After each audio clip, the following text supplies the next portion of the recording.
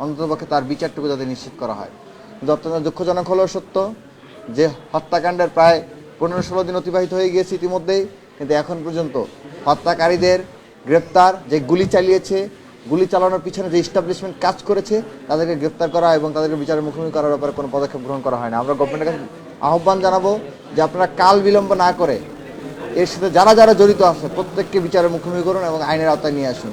আর সর্বশেষ দেশবাসীর কাছে বলতে চাই, শহীদ ওসমান হাদি শুধুমাত্র একটি ব্যক্তি নন, তিনি একটি জাতীয় আদর্শে পরিণত হয়েছেন। তার যে চিন্তাগুলো, তার যে কথাগুলো, তিনি বাংলাদেশের সমগ্র মুক্তিকামী মানুষ তো বটেই, বিশ্বের সকল মুক্তিকামী মানুষের পক্ষে তিনি কথা বলে গিয়েছেন এবং মুক্তিকামী মানুষের পথ নির্দেশনা কী হবে তা তিনি তার বক্তব্যের মাধ্যমে স্পষ্ট করে গিয়েছেন। ওসমান হাদির লড়াই বাংলাদেশে কালচারাল ফ্যাসিজম মুক্ত করার লড়াই।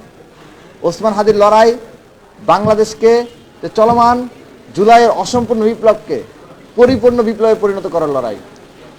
ওসমান হাদির লড়াই বাংলাদেশকে সকল ধরনের আধিপত্যের হাত থেকে রক্ষা করার লড়াই, সেটি হতে পারে ভারতীয় আধিপত্যবাদ বা অন্য কোনো ভিন্ন দেশের আধিপত্যবাদ।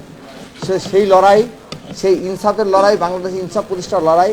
এই লড়াইটা রাতারাতি অর্জন করা সম্ভব নয়, এটি একটি দীর্ঘ লড়াই। এই লড়াইটা আমাদেরকে চালিয়ে নিয়ে যেতে হবে এবং ওসমান হাদির মতো আমাদেরকে যদি শহীদ হতে হয়, সেই শাহাদাতের প্রস্তুতি নিয়ে আমাদের সবাইকে কাজ করতে হবে। দেশবাসীর প্রতি সেই আহ্বান জানিয়ে শহীদ ওসমান হাদির চিন্তা, চেতনা এবং কর্মপন্থাগুলোকে জারি রাখার আহ্বান জানিয়ে আমার